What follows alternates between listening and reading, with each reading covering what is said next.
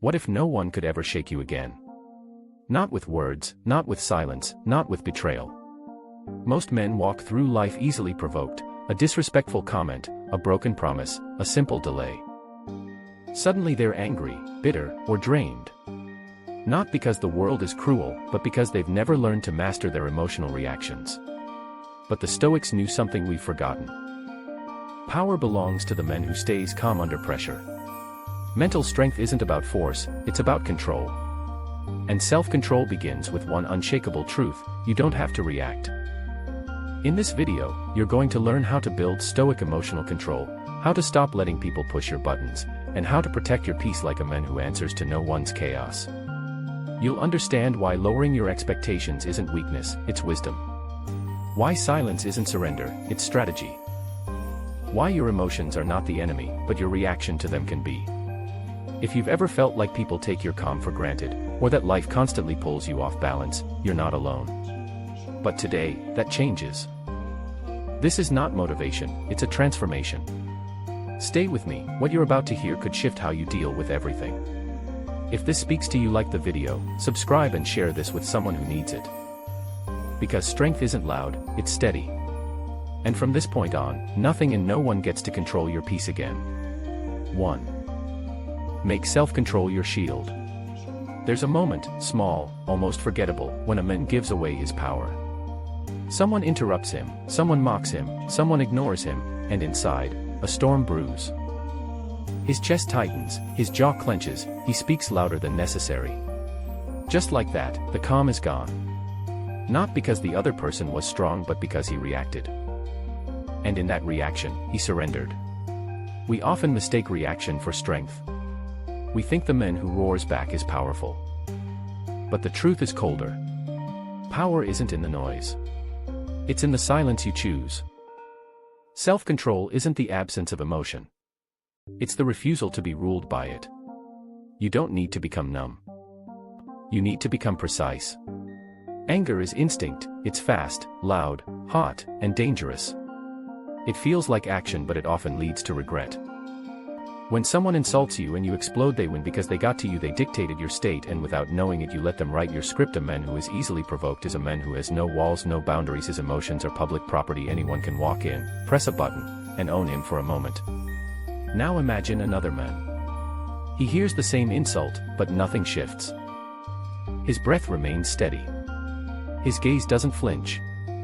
He's not suppressing a reaction. He has mastered it, because he trained for this. Because he knows emotional control is not about appearing tough. It's about not giving strangers the keys to your peace. This is Stoic power. It's not about ego. It's about ownership of your time, your energy, your emotional space. You've probably experienced this before. You're in traffic. Someone cuts you off. Your pulse spikes. Words rise to your lips. And for what? They're gone. But now you're tense, distracted, off balance. That's the cost of reaction. You pay for it long after the moment passes. The Stoic man knows this. So he pauses. He lets the urge come, but not take over. He breathes, he remembers, the world doesn't owe him perfect order. His control lies within. Most people live in survival mode, ready to defend, to prove, to retaliate. But that posture weakens you. It places your identity in the hands of others. If they offend you, you respond. If they praise you, you smile. You're no longer grounded, you're reactive. And a reactive man is a slave to the world's mood swings. So how do you build the shield? You start with the pause. When triggered, don't speak, don't move. Feel the wave inside you rise and don't ride it. Observe it, acknowledge it, but don't obey it. That pause is your power. It's where you break the pattern. Over time, you become less reactive, more composed. You stop fighting noise with noise. You stop chasing justice in small conflicts. You protect your energy like it's your lifeblood, because it is. This isn't about being passive. A Stoic man doesn't ignore injustice, but he knows when to act and when to let go. He knows when to speak and when silence carries more force. He chooses his battles, and when he engages, he does so with clarity, not heat. You don't need to prove your strength, you need to own it. The loudest man in the room often lacks the most control. The quiet one, the calm one, the one who doesn't flinch. That's the men people feel. That's the men people respect. From this moment forward, let your first instinct not be reaction, but stillness. Let stillness become your habit, let calm be your reputation. When you master that, you become untouchable, not because the world stops testing you but because it can no longer reach what it once controlled. 2. Lower expectations of others. You keep getting disappointed because you keep expecting too much. That's the trap. It begins quietly, with a thought that someone should know better, should do more, should understand. You expect them to say the right thing, to appreciate you, to respect your boundaries without being told. But when they don't, you feel it. Frustration, anger, even betrayal. You start to believe people are failing you. But the truth is simpler and harder. They're just being who they are. The pain doesn't come from their behavior. It comes from your expectation that they'd be someone else. Expectation is a silent contract you wrote. But no one else signed it. You thought a friend would defend you, a partner would be more patient, and a coworker would recognize your effort, but they didn't. And in that gap between what you hoped for and what you got, your peace disappeared. That gap is where resentment grows. You start to carry the weight of what you wish someone would be, and it begins to crush you. The Stoics didn't waste time blaming others for being who they were. Marcus Aurelius woke up every morning, reminding himself that he'd meet the ungrateful, the arrogant, the dishonest. Not because he was negative, because he was prepared. When you accept human nature, you stop demanding perfection, you stop handing your peace to the nearest disappointment. You don't expect silence from the storm or clarity from confusion. You learn to see people as they are, not as you want them to be. Imagine walking into a room expecting nothing. You don't assume the waiter will be polite, the driver will be calm, or your friend will remember your birthday. You simply observe, you engage, you respond, but you don't react. You've freed yourself from the leash of assumption. You're no longer shocked when someone disappoints you. Because you've let go of the idea that they owe you something they never promised. That freedom, it's subtle, but it changes everything. Most men tie their inner peace to how others behave. A stranger's rudeness can ruin their morning. A family member's silence can trigger weeks of tension. But what if you could untie that knot? What if you stopped expecting others to deliver your peace to you wrapped in a bow? What if you stopped demanding that broken people act like whole ones? That where Stoicism breathes, it meets reality on its own terms. It doesn't demand fairness from people who don't even know what fairness means. It doesn't ask for understanding from those who are still at war with themselves. It says, meet people where they are, and don't let it move you. Here's what you can do right now. Think of one person who keeps disappointing you. A friend, a colleague, a relative.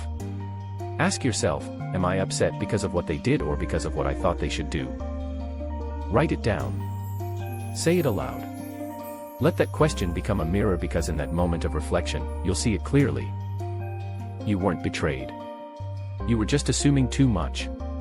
Lowering expectations doesn't mean becoming cold. It means becoming clear. It's not the death of hope, it's the birth of understanding. You don't need to stop loving people. You need to stop letting your hopes for them become the weapon they use to hurt you. Begin with this. Today, I will see others as they are, not as I wish them to be. I will no longer beg the rain to be sunshine. I will build a shelter instead. That's Stoic freedom, not from others but from the burden of needing them to be something else. 3. Practice indifference to provocation. Some people don't want peace. They want your reaction. They poke, they prod, they wait for you to explode because that's how they feel in control. When you lose your temper, they win. Not because they're stronger, but because they've dragged you into their chaos. The moment you react, you step into their frame. You let them decide who you become. And that's the real loss, not the insult, not the argument, but the fact that you let them reach your center. Indifference is not apathy. It's not ignoring injustice or pretending something doesn't hurt. Indifference in the Stoic sense means this. You don't let anything that doesn't deserve your energy take it from you. You choose where your mind rests. You decide who gets access. You protect your focus like it's sacred. Because it is. Every time you let a fool provoke you, you abandon your throne and go fight in the mud. Think of the last time someone tried to get under your skin. A stranger on the road. A colleague who disrespected you in a meeting. A family member who always knows what to say to trigger you. You felt the fire rise. The words form. The tension in your chest.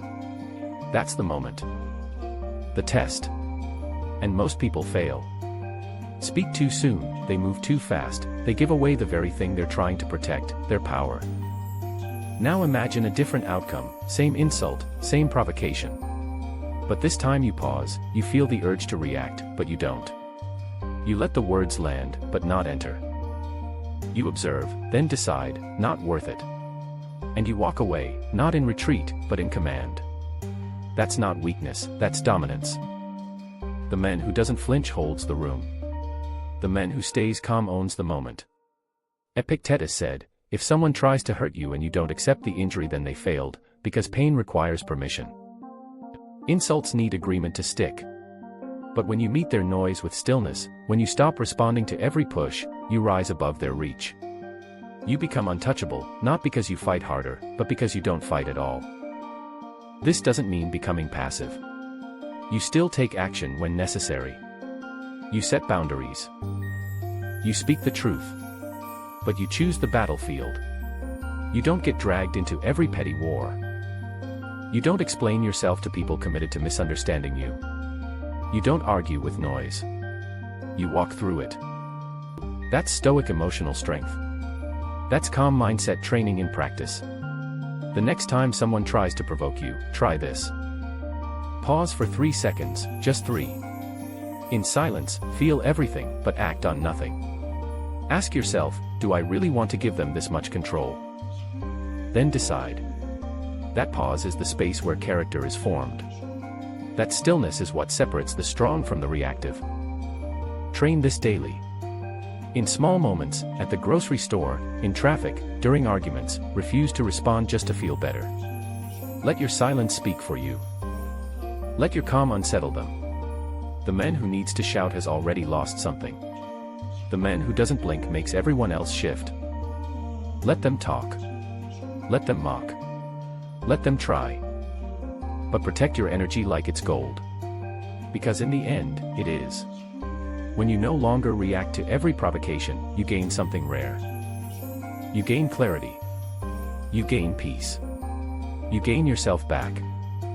Start now. Find one situation today where you would normally snap, and don't. Smile. Breathe, move on. That's how a Stoic wins. Quietly, completely, without ever playing their game. For treat each situation as a character test, you not being punished, you being prepared. That moment of irritation, that challenge that caught you off guard, it not chaos, it a mirror. Life is showing you who you are when things stop going your way. Most people flinch, they complain, they ask why me, but the Stoic man asks, what am I being called to build within myself right now? Pain isn't personal, it's instructional. Every frustration is a weight for your character to lift. Every setback is a forge for your discipline. But only if you stop reacting and start responding. Only if you stop seeing yourself as the victim and start seeing yourself as the architect of your inner strength.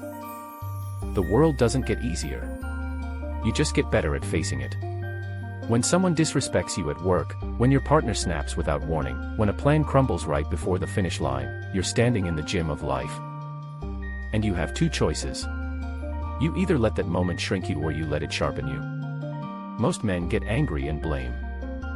A Stoic breathes, observes, learns, and then decides, I will not waste this pain. The truth is, ease doesn't shape character, stress does, discomfort does. That difficult conversation, that betrayal, that delay, they're not blocks in your path, they are the path. But you only see it that way when you stop running from them and start using them. Marcus Aurelius wrote, the fire turns what it consumes into flame. That's not poetry. That's training. The thing that was supposed to break you becomes part of your fuel. It's easy to be kind when people are kind. It's easy to be calm when the world cooperates. But when someone yells in your face, when life throws the unexpected, when your pride is bruised, then you see the truth. Then your values are no longer theory. They're tested. That's when strength counts. Not in comfort, but in pressure. And the man who can hold himself steady under pressure is the man who can walk through anything. Don't wait for the world to make it easier for you to grow. It won't. What you can do is change the way you see difficulty. Not as a disruption, but as an invitation. You're being invited to step into a stronger version of yourself. And you don't need a perfect life to do that.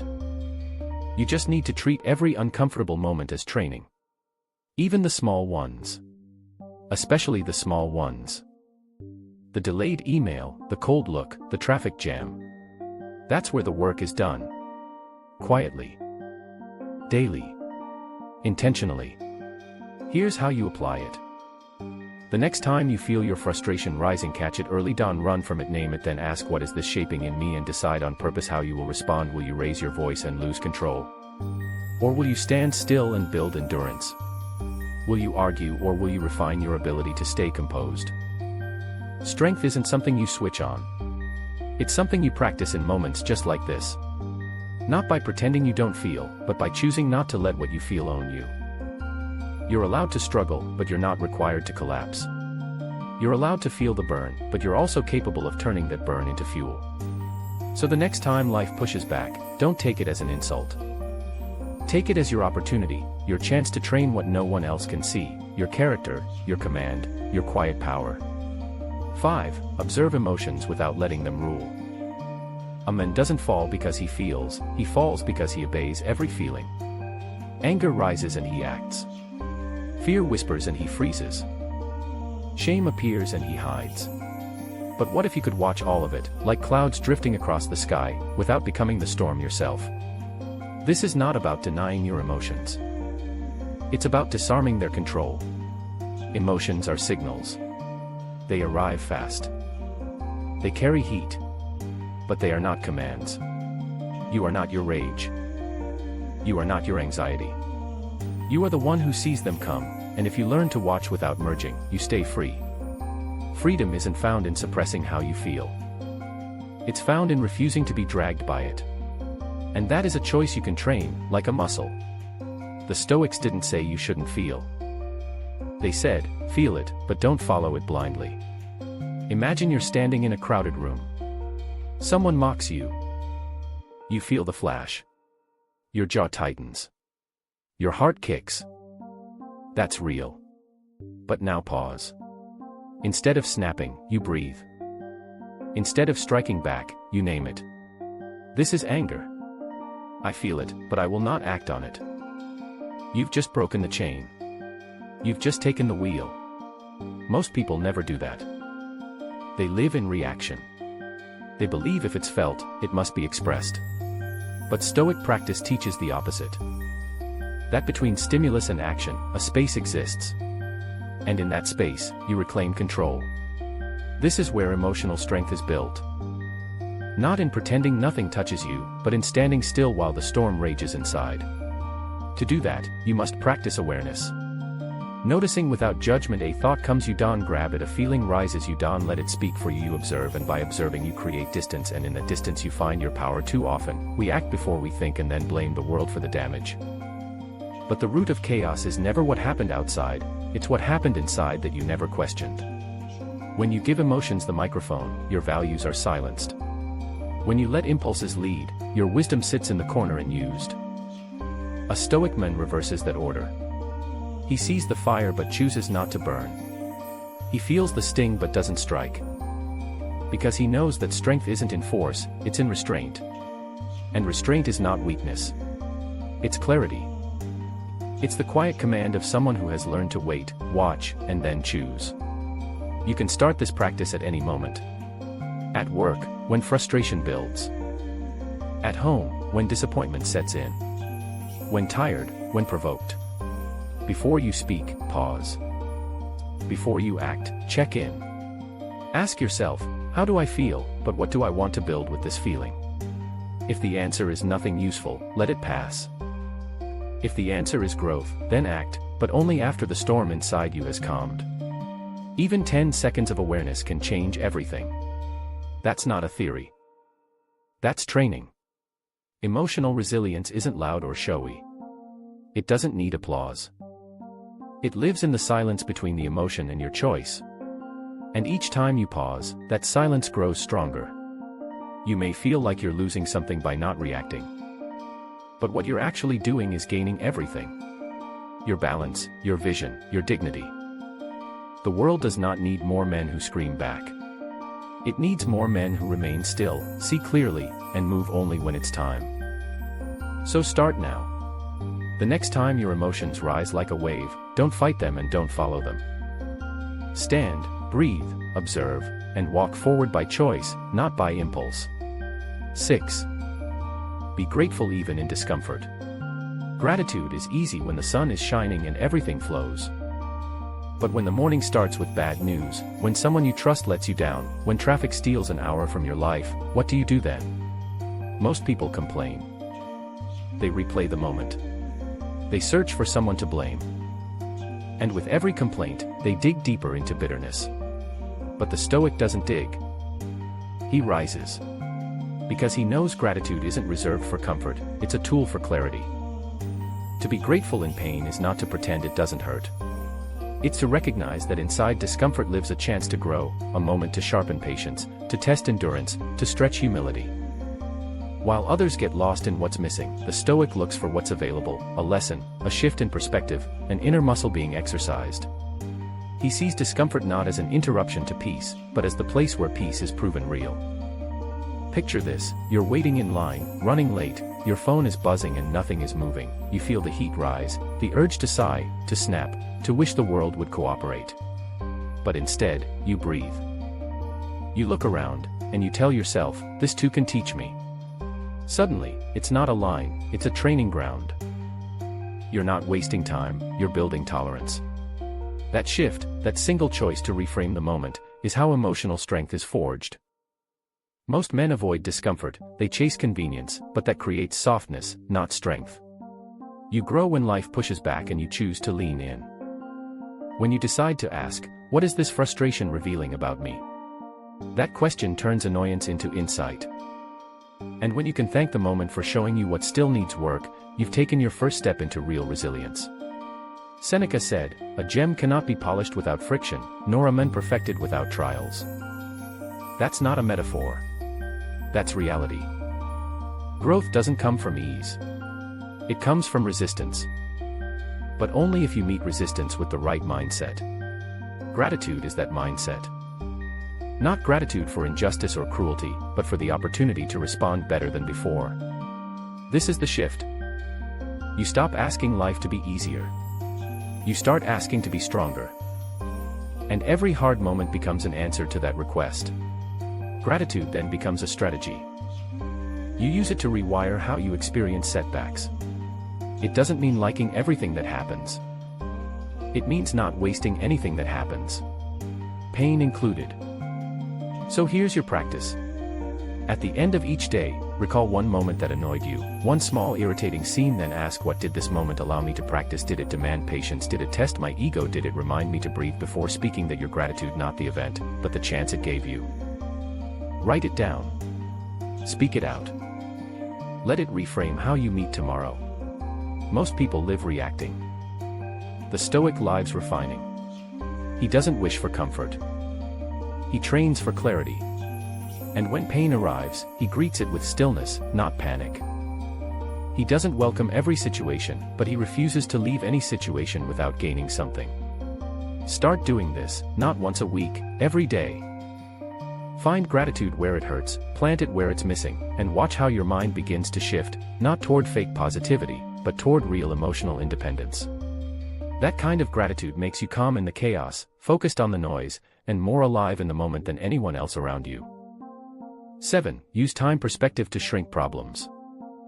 A small fire feels enormous when your face is too close to the flame, but take a step back and it's nothing but a flicker.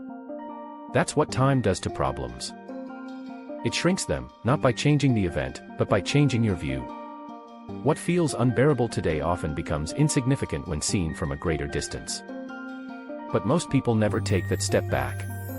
They live with their face pressed against every irritation, every insult, every delay, burning in moments that could have passed.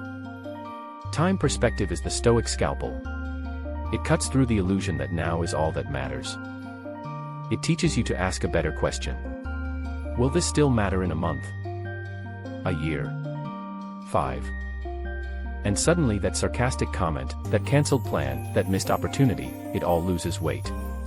Because most things that shake you aren't permanent, they're passing. And the mind that knows how to wait doesn't suffer twice. You miss a flight, you lose a deal, someone forgets to say thank you. In that instant, your heart races, your mind races faster, you build stories, rehearse responses, fuel resentment. But what if you paused not to deny the moment but to see beyond it? What if you whispered to yourself, this will pass, I won't even remember this next year? That thought alone can drain the poison out of almost any emotion. Not by force, but by framing. The mistake most men make is believing urgency equals importance. They treat everything as critical, every argument feels final, every mistake feels fatal. But urgency lies, and the Stoic knows that. He doesn't rush to fight battles that time would dissolve on its own. He conserves his energy. He knows which pain to engage with and which pain to outlast. That's not indifference. That's discipline. Imagine standing in a storm, rain pounding, wind howling. You're soaked, shivering, angry at the sky. But then someone tells you, it'll pass in 5 minutes. You wouldn't panic. You'd wait. That's what perspective gives you. The ability to hold your ground, not because it's easy, but because you know it's temporary. You suffer more when you believe storms are forever. But the wise man knows, most aren't. Seneca once reminded us, we suffer more in imagination than in reality. When you apply time to pain, you shrink the imagination's grip. That quiet insult. Gone by next week. That failure.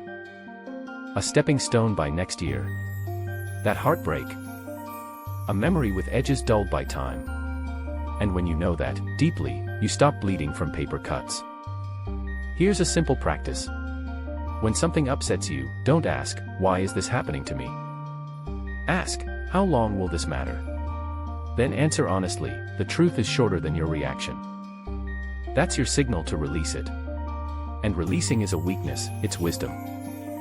Let the emotion come, feel it, but don't build your identity around it. Let time carry it away while you remain grounded. You don't owe every discomfort a response. You don't need to explain your calm to people addicted to urgency. You just need to know that your peace grows as your perspective widens. Let time be your ally. Use it to filter what deserves your energy and what doesn't, and soon you realize how many of your problems only felt big because you stood too close. Back up, breathe, zoom out. In 5 years most of what you stress about today won't even make the highlight reel, so stop letting passing clouds block your light. Let time reveal what matters. Let perspective return your peace. And walk through this day with a mind anchored in distance. Not noise. That's how you rise. Quietly. Unshaken. Every man wants strength. Not the loud kind that seeks attention, but the silent kind that cannot be shaken. What you've heard today isn't theory, it's practice. It's the quiet discipline of emotional control, the ability to pause, to think, to choose, and to protect your peace like your life depends on it, because in many ways it does. When you begin to master your reactions, lower your expectations of others, and treat every frustration as a test of character, you shift. You stop being a slave to your emotions. You stop being pulled in every direction by noise, by people, by circumstances. You start living with clarity. The Stoics weren't saints. They were men who struggled like you. But they trained their minds daily through self-reflection, through stillness, through deliberate response. And now you can do the same. You don't need perfect conditions to begin. You just need presence. You need practice. You need to remember that inner peace is not found. It's built, habit by habit, choice by choice. So today, start small. When someone says something rude, don't respond. When your plans shift, don't complain. When discomfort shows up, meet it with awareness. Train your emotional strength like a muscle. Let every challenge become your practice ground. And over time, the world will remain loud, but you won't. I invite you to share your thoughts in the comments. What moment recently tested your peace? How did you respond? Let this space become your journal of growth, a reflection of who you are becoming. Remember, true calm isn't the absence of conflict, it's the refusal to surrender your mind to chaos. Hold that truth, live it, and carry it with you, quietly but unshakably.